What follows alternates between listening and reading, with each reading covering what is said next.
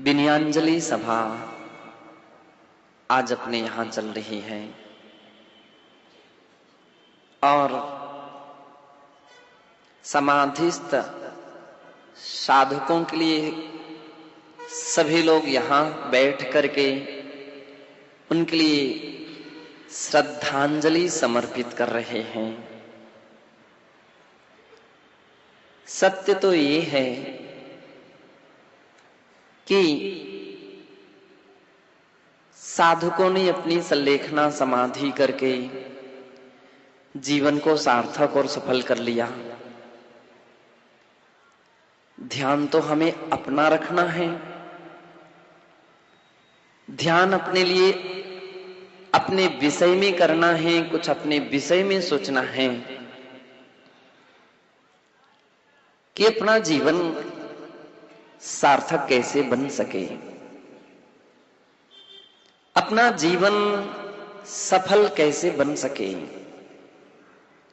वे पुण्यात्मा कहलाते हैं जो संलेखना परख समाधि कर लेते हैं।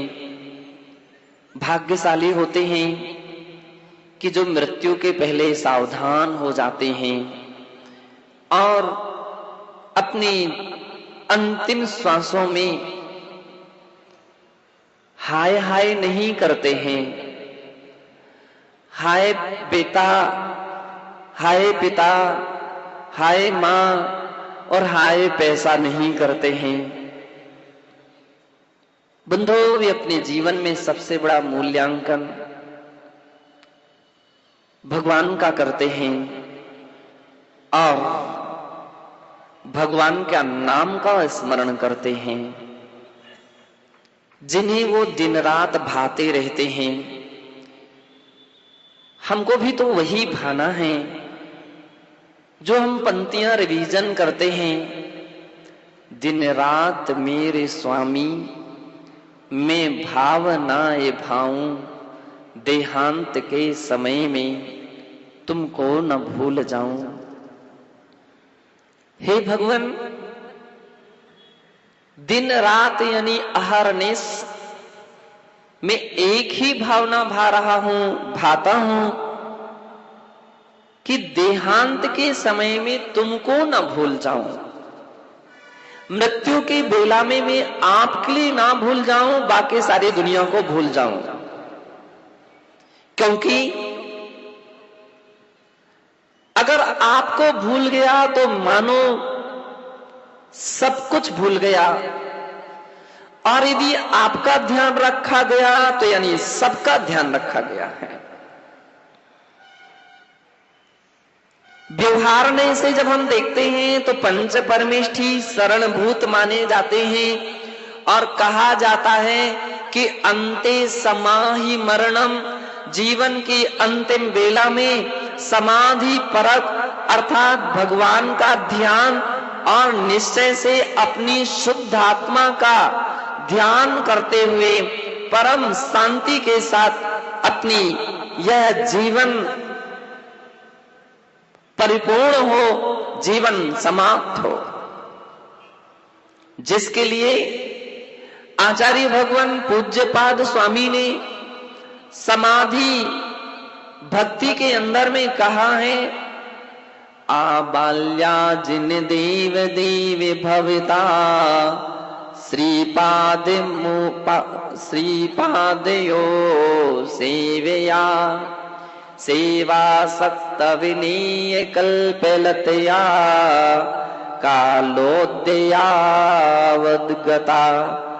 तम तस्या फलमर्थये तदधुना प्राणाप्रयाण क्षणे तन्नाम प्रतिबद्ध वर्ण पठने कंठोस्तु कुंठो मम। एक महान साधक योगी भगवान के चरणों में बैठ करके प्रार्थना करते हैं कि हे भगवान, आबाल्यः यानी बहुत छोटी सी उम्र से, हे जिनदेव, हे जिनेन्द्र प्रभु, हे भगवान, हे परमेश्वर, हे ईश्वर, जो आपकी मैंने सेवा की है, आपकी भक्ति की है, आपकी पूजा अर्चना की है, सेवा सत्य विनय कल्प लतया, आपकी विनय पूर्वक आराधना की है, तो उसके फल में मैं कुछ प्रार्थना करना चाहता हूं।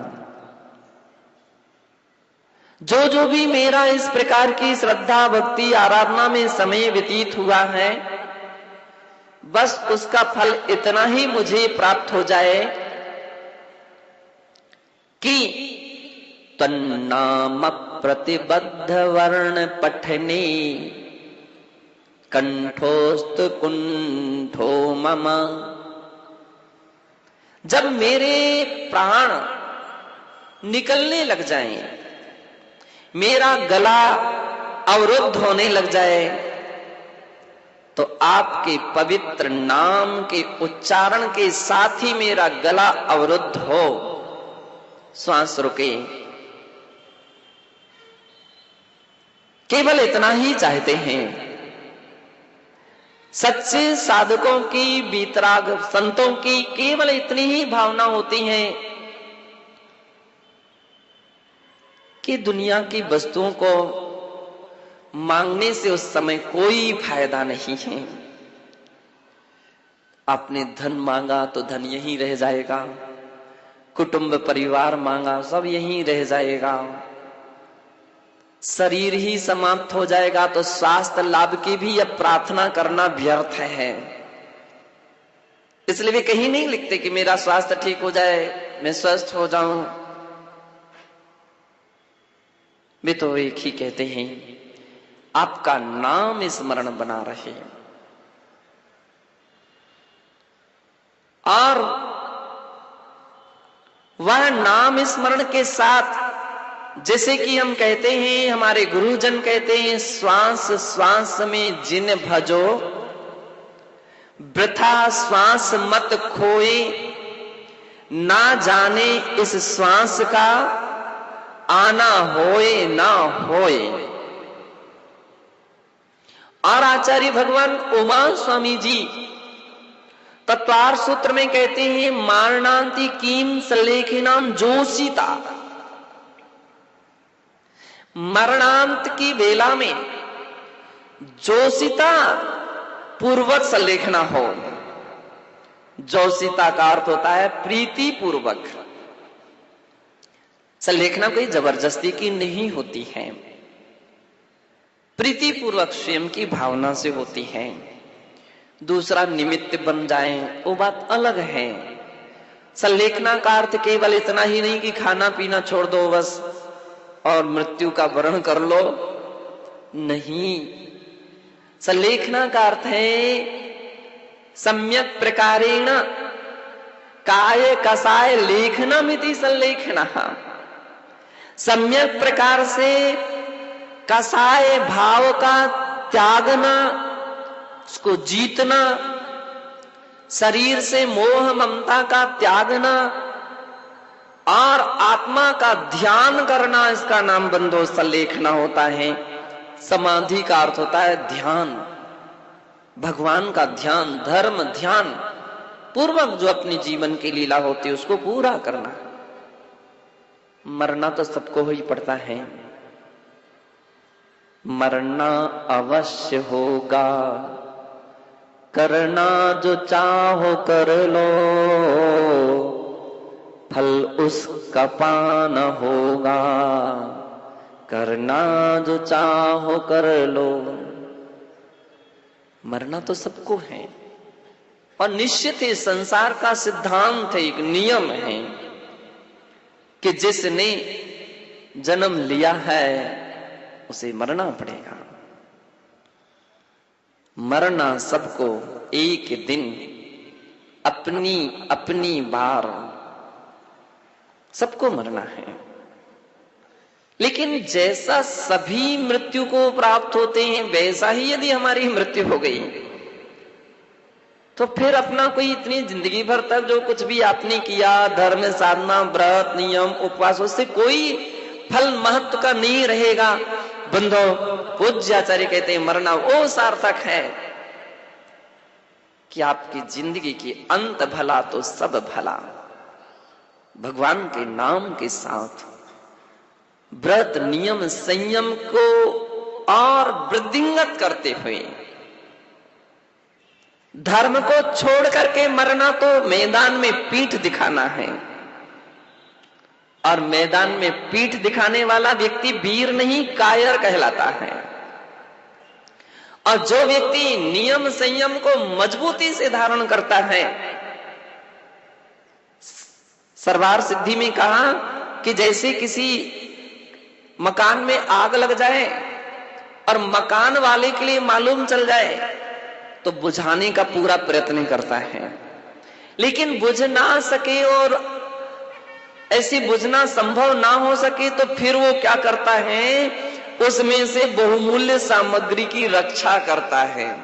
वो देख लेता कि ये बुझने वाली नहीं है, अब तो जो कीमती सामग्री उसको तो निकाल लो। साधक जन देखते हैं कि मेरी आयु पूरी होने वाली है, आग लग गई है, अब इस झोपड़ी को बचाना संभव नहीं है, तो हम अपनी बहुमूल्य रत्न यानी धर्म, अपने व्रत, अपने नियम, अपने संयम, उसको ना जलने दें, उसको संभाल लेते हैं। बंधो, अभी अपन लोग देख रहे थे संलेखना व्रत, पहले भी 2 संलेखनाएं हुई।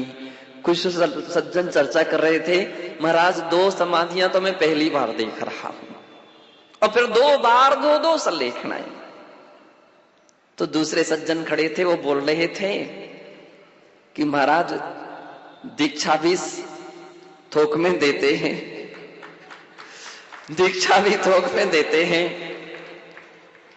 तो संलेखना भी तो आखिर में उसी हिसाब से कराते हैं। मुझे बड़ी प्रसन्नता हो रही थी, क्योंकि जब हम भवानी निकेतन में दीक्षा दे रहे थे तो कुछ लोगों के ध्यान हमारे वृद्ध साधुओं की ओर जा रहे थे, और वो डायरेक्ट तो नहीं लेकिन इनडायरेक्ट कहना चाहते थे कि बूढ़े बूढ़े लोगों को दीक्षा महाराज क्यों दे रहे हैं। आम लोगों के अंदर में प्रायः ऐसे प्रश्न बहुत जल्दी आ जाते हैं। मैंने कहा भैया दीक्षा देकर के उनका कल्याण ही तो कर रहा हूं, वृद्धाश्रम तो नहीं भेज रहा हूं, किसी हॉस्पिटल तो नहीं भेज रहा हूं, घर के मोह में तो नहीं फंसा रहा हूं, उस दल दल से निकाल करके एक ऐसे दल में शामिल कर रहा हूं जहां और कुछ भी नहीं हो सकेगा तो कम से कम अंतिम बेला में भगवान का नाम तो सुना सकूंगा, भगवान का नाम तो सुना सकूंगा। किसी के इतने सौभाग्य को क्यों हम उसके लिए उससे वंचित रहने दें? क्योंकि हर व्यक्ति चाहता है मैं जवान को दीक्षा दूं, मैं छोटी उम्र वालों को दीक्षा दूं, जो कुछ कर सके, जो सेवा कर सके। मैंने कहा ये सब ठीक है, जवान को देना चाहिए, बालकों उन्हीं युवा वर्गों को देना चाहिए, लेकिन वृद्धों का क्या होगा? उनका भी तो सोचना चाहिए कि जवान व्यक्तियों के लिए तो फिर भी चांस और भी है, लेकिन वृद्धों के लिए तो आगे कोई चांस नहीं है। मैंने कि मैं अगर कोई वृद्धों को नहीं देगा दीक्षा तो मैं बैठा हूं, मैं वृद्धों को दीक्षा दूंगा। और हमारे विश्वजीत सागर जी महाराज के लिए संघ में रहते हुए लगभग 22 वर्ष हो गए। 22 और शायद इसके पहले भी उनके निकलने की पूरी तैयारी हो गई थी। जब वे भिंड में थे, हमारा चातुर्मास भिंड में चल रहा था और जयपुर के बाद भिंड का ही नंबर था। 88 का चातुर्मास भिंड में था, 87 का जयपुर में था। और उस समय से वो जुड़ गए थे, बहुत बहुत प्रभावित हुए। एक दिन धीरे से आकर के बोले कि मेरी भावना है आत्म कल्याण करने की, क्या आप दीक्षा दे दोगे क्या?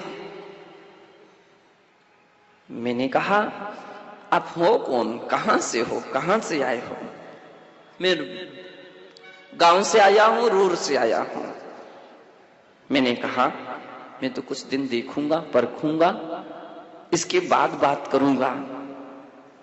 बोले महाराज श्री मेरे ऊपर कृपा कीजिए, मेरी जो इच्छा आपको देखते ही बन गई और इतनी मन बन गया कि मैं आपसे ही दीक्षा लूंगा।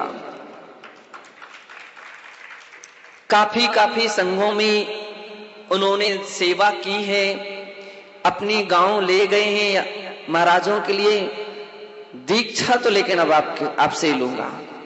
मैंने कहा मैं विचार करूंगा। कुछ दिन के बाद उनके बेटे, जो कि उस समय उनका नाम राजेंद्र कुमार था, वो आ गए और उन्होंने कहा दीक्षा तो मुझे भी लेना है, मैं भी आपसे ही दीक्षा लूंगा। मैंने कहा देखो तुम्हारे पिताजी अभी कुछ समय पहले बोल करके गए हैं कि मैं दीक्षा लेना चाहता हूं। बोले महाराज वो जबले घर गृहस्थी से मोह छूटना बड़ा कठिन होता है, अब तो मुझे पहले स्वीकृति दीजिए। बंधो मैंने कहा मैं पूछूंगा तुम्हारे पिताजी से। बोले महाराज पूछने का बात चक्कर आ गया तो मुश्किल है, फिर निकल नहीं पाऊंगा। मैंने धीरे से एक दिन विश्वजीत सागर जी से कहा कि आपकी तो बहुत, मान लो उस समय वो गृहस्थ अवस्था में थे, राम नारायण उनका नाम था, तो उनसे कहा कि देखो आपकी बहुत अच्छी भावना है और आपने अच्छे संस्कार दिए अपने बेटों को, और छोटे बेटा जो आपका वो भी तैयार है, उसकी भी भावना उसने प्रकट की। मैंने लाइक फादर लाइक सन, सूत्र हमको सार्थक दिख रहा है। लाइक फादर लाइक सन, जैसे पिता वैसे बेटे, तुम्हारी भावना हो वो उसकी भी भावना हो रही। बोले महाराज पहले मुझे दे देना, पहले मुझे दे देना। मैंने कहा अब ये तो भाग्य की बात है, किसकी पहले हो किसकी बाद में हो कुछ नहीं कह सकते हैं। और अभ्यास चलता रहा। विशुद्ध सागर जी अब वो तो पहले निकल आए और बंधु उनकी दीक्षा हो गई। उस वक्त उनके पिताजी भी निकलने का पूरा प्रयत्न कर रहे थे, लेकिन कुछ घर गृहस्थी के ऐसे कारण आ गए कि उन्हें 1 साल तक रुकना पड़ा। और उस बीच में विशुद्ध सागर जी ने अपने कदम आगे बढ़ा लिए और उनकी दीक्षा हो गई। बंधो विश्वजीत सागर जी, इसके बाद वो राम नारायण जी आए और उनकी भी निर्ग्रंथ दिगंबर दीक्षा हुई। पहले एलक दीक्षा हुई और फिर मुनि दीक्षा हुई। बड़ी प्रसन्नता की बात ये थी कि मैंने दीक्षा के समय एक बात पूछी थी उनको कि भाई अब पिता पुत्र अभी तक रहे हो, दीक्षा के बाद तो कहीं ये संबंध नहीं बना रहेगा क्या? बोले महाराज गृहस्थिक संबंध थे, अब तो हमारे सिर में जो भी संबंध होंगे गुरु के संबंध होंगे, वो गुरु से जुड़े हुए संबंध होंगे। मैंने कही मैं इसके पीछे ये पूछना चाहता हूं कि मोह भाव तो नहीं जगेगा? मैंने दोनों जनों को एक साथ बैठा ला। बोले हम मोह को छोड़ने के लिए चले हैं, ते मोह क्यों रहेगा? नहीं रहेगा। और बंदो बाद में हम लोगों ने प्रत्यक्ष रूप में देखा कि दोनों महाराज एक साथ बैठते थे, अगल बगल में बैठते थे। अब प्रायः सारा संग देखता था अब इनकी क्या हरकतें दिखती हैं, क्या इनकी प्रक्रिया में नजर आता है कि मोह कुछ नजर आता है क्या, कुछ भी नहीं नजर आता था। एक दूसरे के लिए यथा विधि जो अपनी वंदना प्रतिवंदना नमोस्तु प्रति नमोस्तु जो उचित कर्तव्य होते हैं उतने के अलावा कभी हम लोगों ने उनको बैठते हुए एक साथ नहीं देखा, कभी चर्चा वार्ता करते हुए नहीं देखा। तो लगता था कि हाँ, वैराग्य हो तो एक ऐसा वैराग्य हो, वैराग्य हो तो एक ऐसा वैराग्य हो जो अंतरंग से हो। व्यक्ति बाहर से छोड़ता है, अंदर से मोह को बना करके रखता है बंधो, लेकिन आगम भगवत वाणी ये कहती है कि व्यक्ति के लिए अंदर से मोह छोड़ना चाहिए, तो बाहर से तो सब फिर छूटा ही छूटा है। विश्वजीत सागर जी महाराज हमारे साधकों में एक ऐसे पुराने साधक रहे हैं, वरिष्ठ मुनि रहे हैं कि 22 वर्ष के बीच में कितने कितने अवसर आए। लोगों ने उनके लिए, बहुत सारे साधकों ने आग्रह भी किया कि आप हमारे साथ चलो, साथ में उपसंग बनाएंगे, खूब व्यवस्था बनाएंगे, सेवा करेंगे। लेकिन वो एक ही सूत्र बोलते थे कि गुरु चरणों को मत नहीं छोड़ेंगे कभी। संलेखना समाधि के लिए लाए हैं, आए हैं, आत्म साधना के लिए आए हैं, धर्म प्रभावना के लिए नहीं आए हैं। साधकों का पहला कर्तव्य है कि आत्म साधना, जहां आत्म साधना है वहां धर्म प्रभावना सहज होती रहती है, और जहां केवल बाहरी धर्म प्रभावना होती है बंधो, वहां आत्म साधना नहीं हो पाती है। 22 वर्ष का व्यक्ति के लिए 2 साल नहीं होते, 1 साल नहीं होता, और व्यक्ति की स्वप्न प्रारंभ हो जाते हैं कि मैं अपना संग बना लूं और अपनी प्रभावना करूं, ऐसा काम करूं, वैसा काम करूं, योजनाएं और प्रति योजनाएं, कहां से कहां कल्पनाओं में व्यक्ति डूब जाता है। लेकिन बंधुओं, उनके जरा भी विचार नहीं आए। अभी 1 तारीख की बात थी, कौन सी तारीख थी? 2 तारीख की सुबह, यानी समाधि की प्रातः काल की बेला में, समाधि के प्रातः काल की बेला में हम लोग उनके पास बैठे थे, सारा संघ बैठा था। प्रातः काल की बेला यानी हमारे संघ के संबोधन की बेला एक क्लास के रूप में चलती है।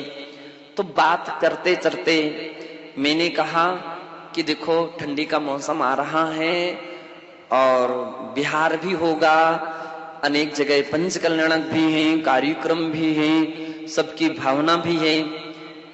वृद्ध लोगों के लिए तकलीफ होगी ठंडी में चलने में, और ये सारी परेशानियों के बीच में समाज भी कहीं छोटी बड़ी व्यवस्थाएं हर किस्म की हो सकती हैं। आप लोगों के लिए हम यहाँ ही कुछ व्यवस्थाएं बनवाए देते हैं, आप लोग डायरेक्ट सीधे आ जाना। विश्वजीत सागर जी कहते हैं, हम चौड़े में सो जाएंगे लेकिन गुरु के चरणों को नहीं छोड़ेंगे।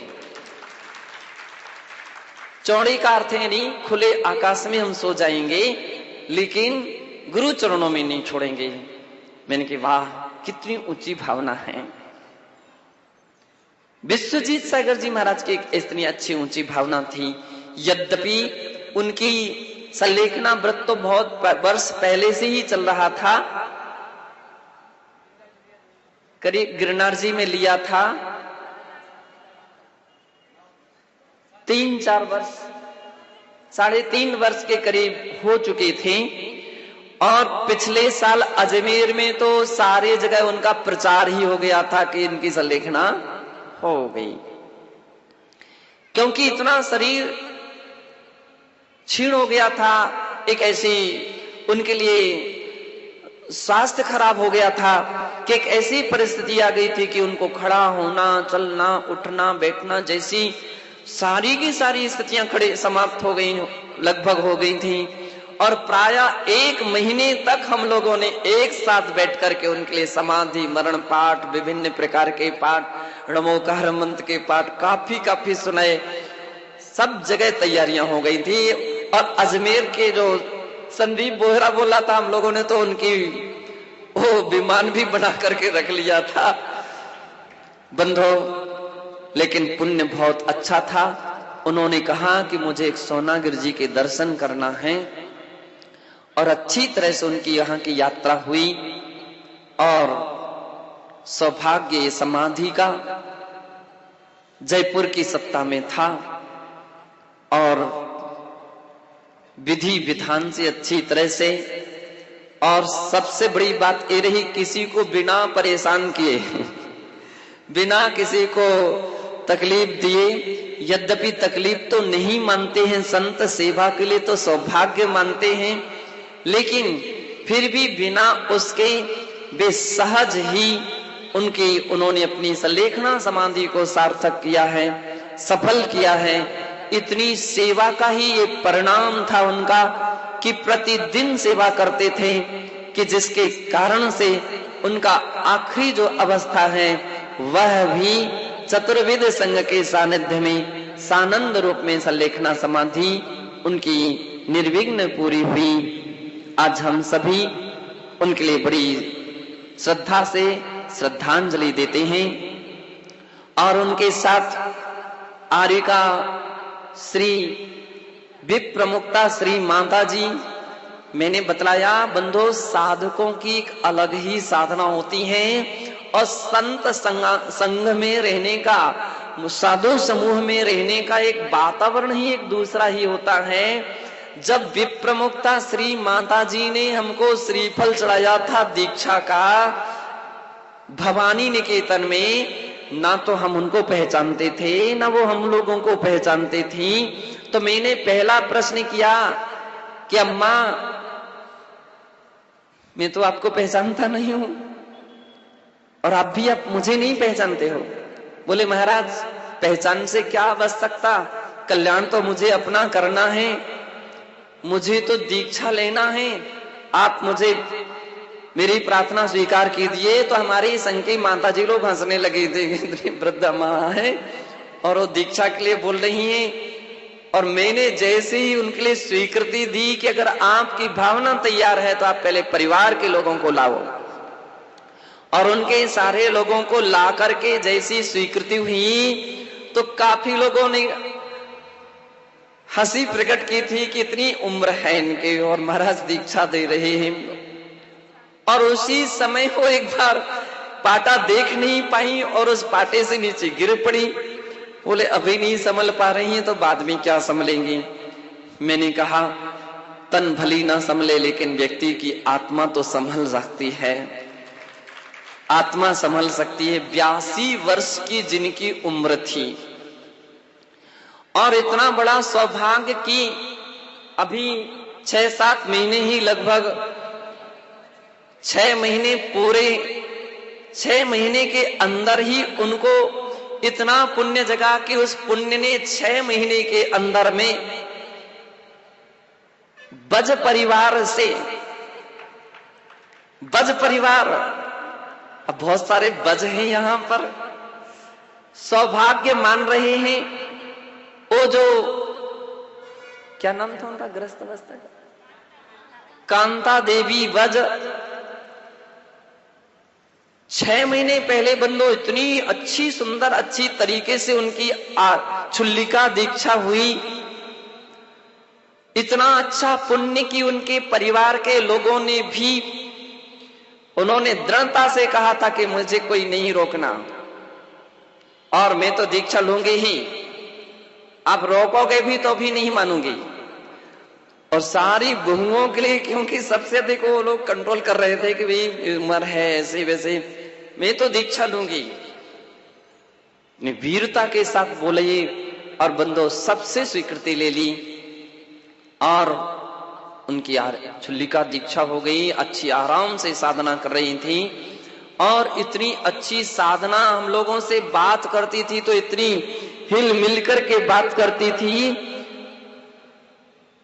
31 तारीख को उनका स्वास्थ्य थोड़ा नरम हुआ, खांसी कफ और इनके साथ साथ पेट में कुछ तकलीफ हो रही थी, दर्द हो रहा था। तो उन्होंने रात्रि में वो नाम जप रही थी, आचार्य श्री मेरा पेट ठीक कर दो। अब वो तो हम लोग तो यहाँ थे और वो माता जी अपने अपने स्थान पर थी, अपनी बसतिका में थी। तो हमारे संघ की एक दीदी ने कहा कि माता जी अभी रात है। वो आंखें बंद किए थी, बस इतना ही कह रही थी कि मेरा पेट दर्द कर रहा, मेरा पेट ठीक कर दीजिए। तो दीदी ने बोला कि माता जी रात है, अभी दिन नहीं हुआ, रात्रि में अपन लोग बोलते नहीं हैं। तो बोली क्या गुरु का भी नाम ना लूं? फिर किसका नाम लूंगी? मैं तो लूंगी नाम, मैं तो बोलूंगी उनसे।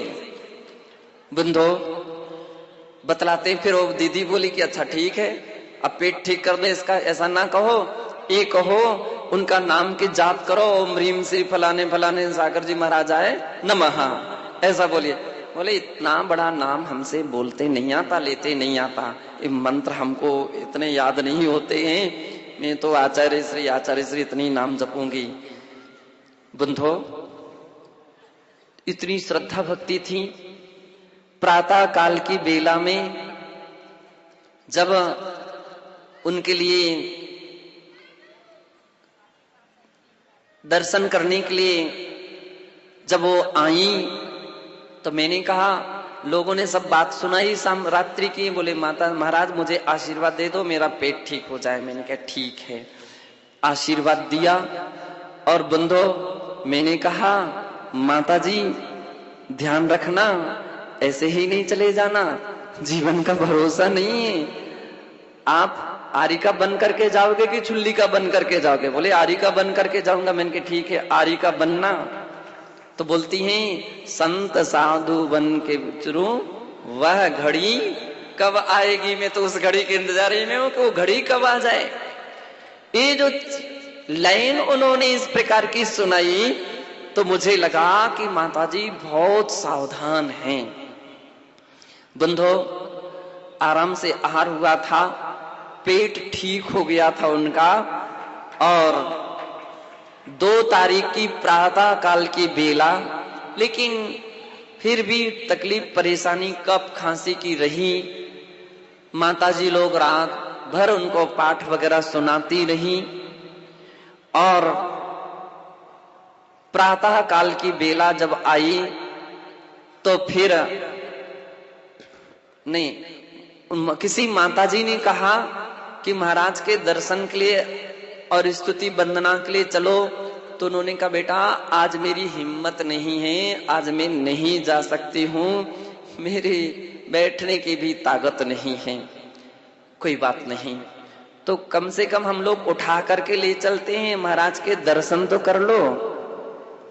तो उन्होंने कहा महाराज तो हमारी किट में बैठे हुए हैं। किट यानी पेन माला रखने की उनकी जो डिब्बी थी उसमें वो एक फोटो रखी हुई थी। वो फोटो रखे थे तो किट उठा करके देखा, देखो महाराज यहाँ पर बैठी है। तो माताजी ने कहा कोई बात नहीं, आपकी हिम्मत नहीं है तो बाद में दर्शन कर लेना। जब हम शौच से यहाँ से लौट रहे थे और शौच से लौटते वक्त माताजियों ने उनको कहा कि अब पास में ही हैं, आप रास्ते से निकलेंगे, आप यहीं से दर्शन कर लेना। तो उन्होंने कहा हाँ ठीक है। दर्शन करने के लिए आई और दर्शन करने के लिए आई तो उन्होंने कहा कि ऐसी ऐसी तकलीफ परेशानी रहती है, आशीर्वाद दे दीजिए कि हम स्वस्थ हो जाएं। मैंने कि मेरा आशीर्वाद है, आप अच्छी तरह से स्वस्थ हो, शांति रहे, आपके सारे दुख दूर हो जाएं। और इसके साथ साथ मैंने कि सर जीवन का भरोसा नहीं माता जी, सावधान रहना। बोली अभी 3 साल मुझे जीना है, 3 साल। किसी ज्योतिषी को उन्होंने गृहस्थ अवस्था में दिखाया होगा, तो ज्योतिषी ने बतलाया था कि तुम्हारी 85 साल की उम्र है। तो बोले 82 हो गए, अभी 3 साल और बकाया है, 3 साल और जीना है। मैंने कहा ठीक है, आप 3 साल भले जीते रहिए, लेकिन सावधान रहने में क्या परेशानी है। बोले ठीक है। हम लोग आशीर्वाद देकर के आ गए। फिर माताजी ने कहा दर्शन मंदिर के और कर लीजिए भगवान के, और यहां तक तो आ ही गए भगवान के होता। बोले अब तो मुझे ताकत आ गई है, अब तो मैं पैदल चलूंगी, महाराज का आशीर्वाद मिल गया है। और वो पैदल चल करके मंदिर आई, दर्शन किए। दर्शन करने के उपरांत अपनी बसतिका में गई। बोले थक गए हैं, विश्राम करूंगी। विश्राम करिया। सब महाराज लोग आहार के लिए निकले, माताजी लोग आहार के लिए निकले। उनके लिए भी कहा माताजी आप भी शुद्धि करें। बंधो शुद्धि करते अवसर पर उनका शरीर एकदम छीड़ हो गया, खड़े होने की बिल्कुल हिम्मत नहीं थी। उन्होंने कहा नहीं मेरी हिम्मत है। किसी माताजी ने जैसी वो लेटे तो उनका गर्दन थोड़ी लटकी, तो किसी माताजी ने आकर के तुरंत ही बड़ी माताजी से बोला कान में कि माताजी की उनकी हालत बहुत ठीक नहीं है, क्या करूं, महाराज के पास बोलूं। महाराज ने माताजी ने जैसी सुना, विशिष्ट श्री माताजी ने तो जैसी सुना, उन्होंने तो अंजलि खोल दिया। 1 ही 2 ग्रास लिए थे और वो अंजलि खोल करके मैं अभी चलती हूँ, तुरंत जाकर के उनके पास आई। उनको देख करके उस चौके में और भी 2-3 माताजी जो भी थी, उन्होंने भी अपनी अपनी अंजलि छोड़ करके तुरंत उनके पास आई। आकर की स्थिति तो थोड़ी नाजुक दिख रही थी। अब क्या किया जाए। तो इतने में जब हमारा तो पूरा आहार हुआ, लोगों ने कुछ बतलाया नहीं। आहार के बाद जैसे ही हम चौके से बाहर निकले, तुरंत ही माताजी लोग कोई ना कोई खड़े थे। आग्रह किया महाराज उनका स्वास्थ्य ठीक नहीं है, आप जल्दी चलो, शीघ्र ही आशीर्वाद दीजिए। हम लोग शीघ्र ही आए तो माताजी स्वस्थ थी, आराम से। हम जैसे ही आए उन्होंने आंखें खोली, नमोस्तु किया और चर्चा प्रारंभ हुई। मैंने कहा माताजी क्या बात है, शरीर स्वास्थ्य ठीक नहीं है, पौद्गलिक स्वास्थ्य तो ठीक नहीं है, आत्मिक स्वास्थ्य तो ठीक है। बोले हाँ आत्मिक तो स्वस्थ हूं, फुदगल में पैर मेरे जकड़ रहे हैं, पैर दर्द कर रहे हैं। मैंने की कोई बात नहीं, ठीक हो जाएंगे। अभी हम वैद्य जी को बुलाएंगे, बुलवाते हैं, दवाएं दिलाएंगे, ठीक हो जाएंगे। आहार के लिए बोले हिम्मत नहीं है। मैंने कोई बात नहीं, थोड़ी देर से निकलना। और इतना समझा करके और भी कुछ पाठ सुना करके, और मैंने कहा कि एक बार एक काम तो कर लीजिए, आरिका की दीक्षा की भावना जरूर रखे रहना। बोले तैयार हूं आरिका दीक्षा के लिए। अब तो मैंने कि एक बार सबसे क्षमा याचना कर लीजिए। बंदो हाथ जोड़ करके पिछी ले करके उन्होंने सबसे क्षमा याचना कर ली। मैं देख रहा था कि पुण्य क्या कहलाता है। वैभव का नाम पुण्य नहीं है, धन संपदा का नाम पुण्य नहीं है, महल अटारी का नाम पुण्य नहीं है। पुण्य तो इसका नाम है कि जो अंतिम बेलाओं के निकट कोई नहीं समझ पा रहा था कि इतना समय निकट हो, और उनकी सारी दिशा चल रही थी। हाथ जोड़ करके उन्होंने सबसे क्षमा याचना की। और फिर मैंने कहा माताजी अब आपके यहाँ आए हैं, खाली तो लौटना मुझे शोभा नहीं देता है, 12 वर्ष की सलेखना व्रत का ले लो। बोले 3 साल जीना मुझे। मैंने 3 साल भले जियो, 12 साल की सलेखना में तो कोई परेशानी नहीं है। और मेरी आत्मा बोल रही है कि आपके नियम भंग नहीं होगा। बोले ठीक है। 12 वर्ष की उन्होंने सलेखना के व्रत ले लिए, और हम लोग इरियापत प्रतिक्रमण वही किया। और करने के बाद 4 प्रकार के आहार का त्याग उन्होंने नियम के अनुसार जो करते हैं उसके अनुसार हम लोग अपने स्थान पर आ गए। और जैसे ही आए, सामयिक हमारी चल ही रही थी, समापन की ओर था, तो विश्वजीत सागर जी का समाचार आ गया। उनकी संलेखना समाधि पूरी हुई, उनको मैंने स्थान बैठाल करके और फिर माता जी के पास वापिस, इमरजेंसी की स्थिति फिर महसूस होने लगी। मैं उनके पास आया और उनके लिए संबोधन किया, सावधान हो माता जी। क्या? तो आंखें खोलती, बिल्कुल सावधान हो। मैंने कही किसका ध्यान कर रही हो, आत्मा का कि भगवान का? बोले भगवान का। उन्होंने सिर ऐसा करके बोला भगवान का ध्यान कर रही हूँ। मैंने कहा भगवान का ध्यान कर रहे हो? बोले हाँ भगवान का ध्यान कर रही हूँ। नमोकार मंत्र जप रही थी, कायो सर्ग आंगुलियां चला रही थी। बंधो, फिर से मैंने कहा आप सावधान रहिए माता जी, शरीर अपना नहीं है। बोले बिल्कुल सावधान हूं। बंधो, समय चलता रहा। उसी वक्त उन्होंने पहले कुछ बोला था कि सुशील वैद्य जी को भी एक बार बुला दीजिए। मैंने कहा ठीक है। सुशील वैद्य जी भी आ गए। उन्होंने नाड़ी देखी, नाड़ी छीण है।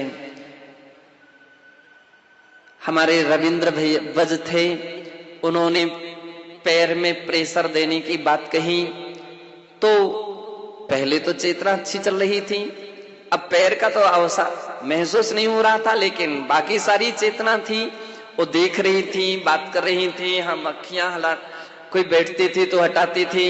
मैंने कही माता जी अब आप आरिका दीक्षा की बात कहो, अब आरिका व्रत ले लीजिए। उन्होंने कहा हाथ जोड़ी, तथास्तु। आरिका व्रत उनका बंदो विधि विधान से सारी भक्तियों के साथ आरिका दीक्षा हो गई।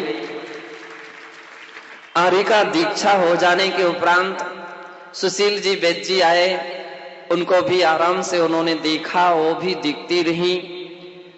फिर हालत धीरे धीरे इतनी छीड़ होती गई कि अभी वो हाथ मक्खियां हटाने के लिए, अलग करने के लिए हाथ चलाती, अब हाथ चलाना बंद कर दिया। फिर धीरे धीरे उन्होंने सिर से घुमाती थी, फिर सिर घुमाना बंद हो गया।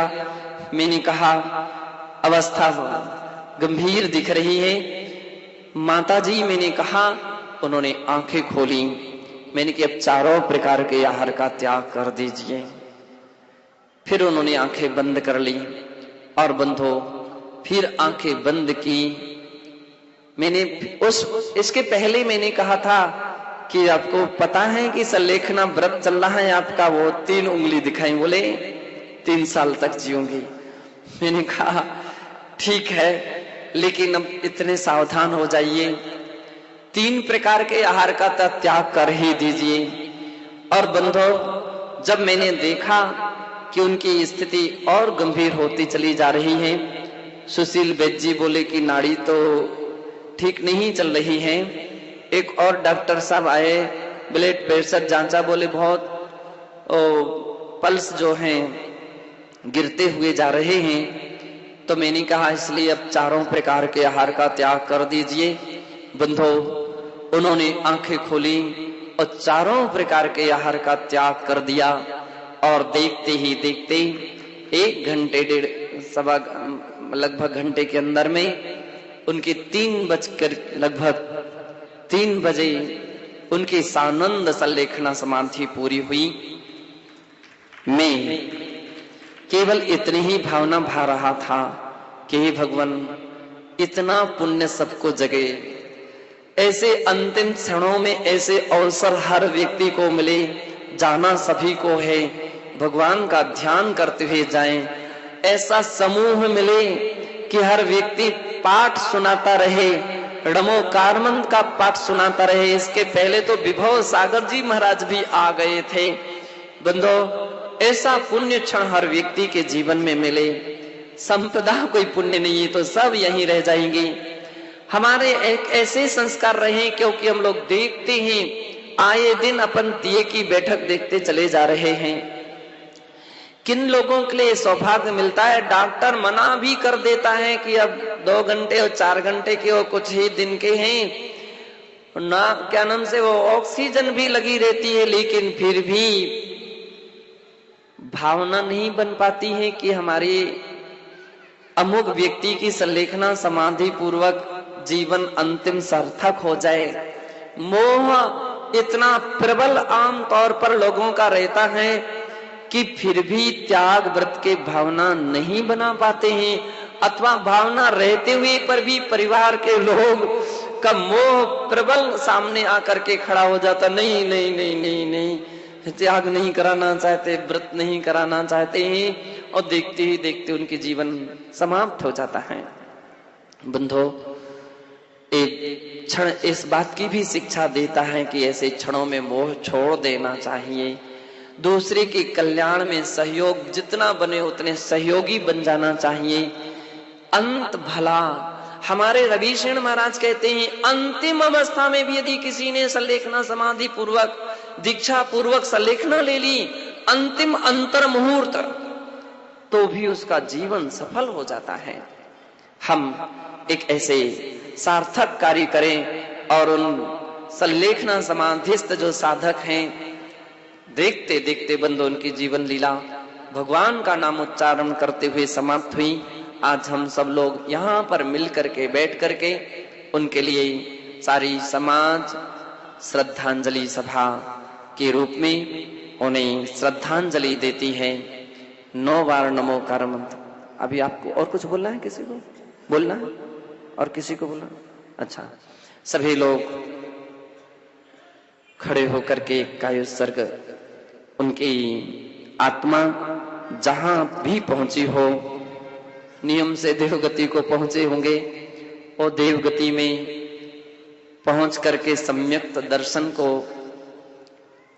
कायम रखें और तीर्थ अकृत्रिम चैत्यालयों की कृत्रिम चैत्यालयों की वंदना करें।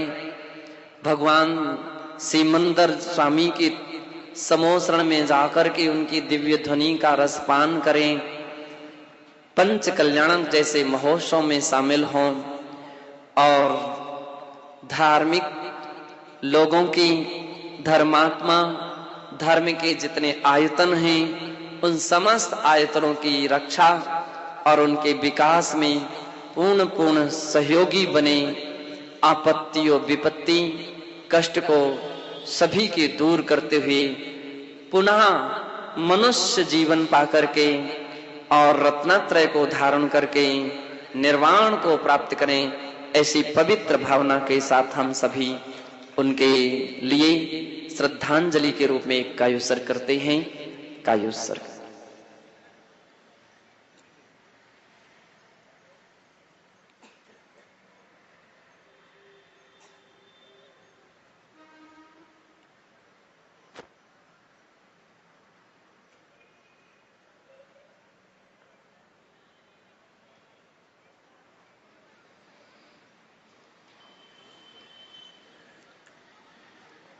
ओम शांति शांति शांति।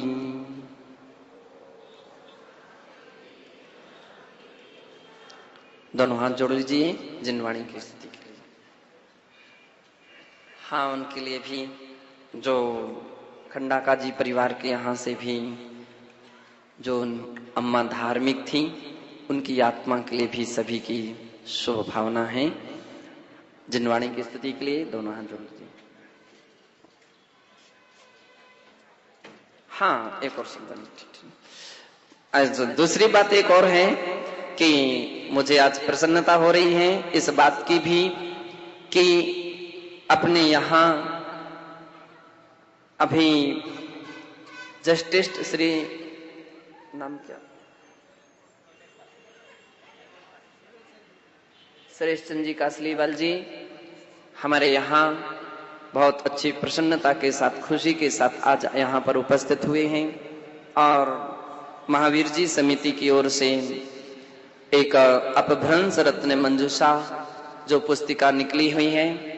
अपभ्रंश हमारी मौलिक भाषा रही है, हमारी शास्त्रीय भाषा रही है।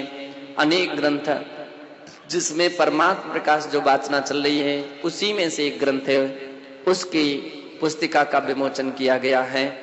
उनके लिए मेरा बहुत अच्छा आशीर्वाद है।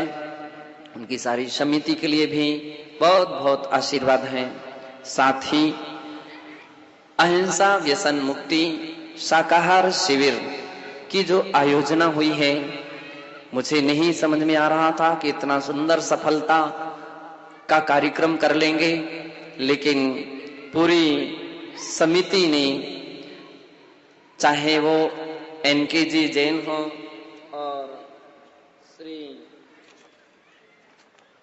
प्रवीण जी छावड़ा, प्रोफेसर मदन लाल जी जैन, प्रोफेसर अनिल जी जैन, प्रभारी श्री नरोत्तम मल सोगाणी और रैली संयोजिका श्रीमती इंदिरा बड़जात्या, इन्होंने, जिसमें श्री नरोत्तम मल जी सोगाणी कितने अच्छी पवित्र भावना से यहाँ पर उन्होंने कार्य में सक्रिय सहयोग दिया है, और उसके साथ साथ श्री सुमीर सिंह जी बोथरा जो कि महामंत्री हैं एसएस जैन सुबोध शिक्षा समिति जयपुर के, और उन्होंने यहाँ पर उपस्थित होकर के जो हम सभी के और हम सभी के नहीं, समाज कल्याण के, नगर सुधार के और आने वाली पीढ़ी के लिए एक अच्छा सुखद प्रयत्न और प्रयास किया है।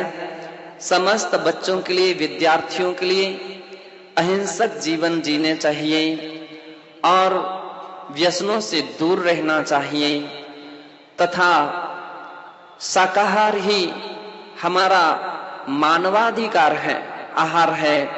ऐसा जो एक सुखद संदेश जन जन तक पहुंचाया है, लगभग 1,80,000 विद्यार्थियों के करीब करीब इस संख्या तक वह संख्या पहुंची है। संभवतः और भी स्कूल अभी शेष हैं जो अब इस अभियान में जारी रहेंगे। जयपुर का चातुर्मास बाकी तो अच्छी अच्छी उपलब्धियां प्रदान कर किए ही है, लेकिन यह उपलब्धि जन जन के जीवन पर्यंत के लिए उपलब्धि प्रदान करता हुआ अपने आप के लिए सौभाग्यशाली मान रहा है, जिसकी शाकाहार व्यसन मुक्ति, अहिंसा शाकाहार व्यसन मुक्ति रैली के रूप में 7 तारीख को कौन से स्थान से निकल जाएगी, Shri Albert Hall museum Ramniwas Bagh से जो कि प्रारंभ होगी विशाल स्तर की वह रैली, जिस रैली में जैनेतर समस्त विभिन्न समाज और संगठन समाज के सब कुछ उसमें शामिल होंगे। बड़े बहुत अच्छे शासन प्रशासन भी जिसमें सक्रिय रूप में भाग लेगा। आप सब लोग बड़ी खुशी के साथ उस कार्यक्रम में भाग लेकर के हम अपना एक आदर्श बनाते हुए सभी के इस कार्य में बड़ा अच्छा सुंदर उपस्थिति दे करके उस कार्यक्रम को सार्थक और सफल करेंगे। समस्त आयोजक और आए हुए अतिथियों के लिए इसका मेरा बहुत बहुत आशीर्वाद है कि निरंतर आप अपनी अच्छी सुंदर प्रगति करें। मुझे विश्वास है कि हमारे सभी लोग, रविंद्र जी भी इतनी अच्छी मेहनत करके इस कार्य में लगे हैं, तो वह रैली भी अपने आप में एक अनूठी रैली होगी जो अन्य लोगों के लिए, क्योंकि उसका टीवी प्रसारण वगैरह भी मान लीजिए अच्छी मात्रा में होगा, अन्य जगह, अन्य देशों में, अन्य नगरों में भी यह अपनी बहुत बड़ा संदेश देगी और उस संदेश में सभी सहभागी बने, ऐसा मेरा सबके लिए आशीर्वाद है। अंत में जाकर के श्री जैन विराग विंध्य यात्रा संघ जयपुर द्वारा बुंदेलखंड की यात्रा का जो आयोजना यहाँ पर की जा रही है, उन सारे लोगों के लिए भी मेरा बहुत बहुत आशीर्वाद है। वे वहां जाकर के भाव से तीर्थंकर भगवंतों की उस पवित्र वंदना करें। रास्ते में जितने भी मुनि संघ मिले उनकी भी दर्शन वंदना करें और लौट करके तुरंत ही यहाँ पर विधान में भी भाग लेकर के अपने जीवन को सार्थक और सफल बनाएं। इस बात का माता जी बोले हैं पिछी परिवर्तन, बहुत सारी बातें रहती हैं, इस बात का भी ध्यान रख लीजिए। पिछी परिवर्तन के फार्म अच्छी गति से भरते भरते चले जा रहे हैं। कुछ लोग घबरा रहे हैं कि भरूं कि नहीं भरूं, मिलेगी कि नहीं मिलेगी। अरे मिलेगी ना मिलेगी भाग्य की बात है। अपने लिए पहले लाइन पर तो खड़े होना ही चाहिए। दुकान चलेगी कि नहीं चलेगी, पहले दुकान लगाना सीखिए। आप कोई भी विधायक बनेंगे कि नहीं बनेंगे, पहले नाम भरना सीखिए। हम पास होंगे कि नहीं होंगे, पहले स्कूल जाना सीखिए। यदि ऐसा कुछ प्रयत्न किया है, प्रयास करना चाहिए। फार्म अनवरत अपनी गति से भरते चले जा रहे हैं। समापन की डेट भी निकट आती चली जा रही है, तो समापन के पूर्व अपना जो डेट की अंतिम तारीख है, इसके पूर्व फार्म भर दीजिए, ताकि उन सारे फार्मों का सारा निर्णय लिया जाए। जो लोग बाहर से भी बहुत कुछ लोगों के रिश्तेदार हैं, वे भी इस बात का पूरा पूरा ध्यान रखें, वहां तक उनके लिए संदेश भेज दे। आवश्यक नहीं कि पिछी किसी एक स्थान तक ही पहुंचेगी, इस सारे भारत में पहुंचेगी। बहुत जगह के लोग हैं, अलग अलग देश और नगर के भी लोग यहाँ पर उपस्थित होंगे। जहां जहां तक फार्म भरे जाएंगे, उनके सारे नामांकन अंतिम समय में निर्धारित किए जाएंगे, जिसमें मुनि संघ केवल बैठ करके निर्णय करेगा कि किस प्रकार से इसकी व्यवस्था बनाई जाए, कौन सी पिच्ची कहाँ किसको कैसे जाएगी। उसका अंतिम निर्णय जो है कोई समिति नहीं करती है, मुनि संघ करता है। इसलिए फार्म का जरूर ध्यान रखें। जो फार्म में नियम भरे वो सही भरे, गलत ना भर दें, भावुकता में भी ना भरें। जितने पालन हो सकते हैं, जैसे पालन हो सकते उसमें सही सही लिखें, ताकि निर्णय लेने में सबको सहूलियत हो सके। इसी पुनीत भावना से जय बोलिए महावीर भगवान की।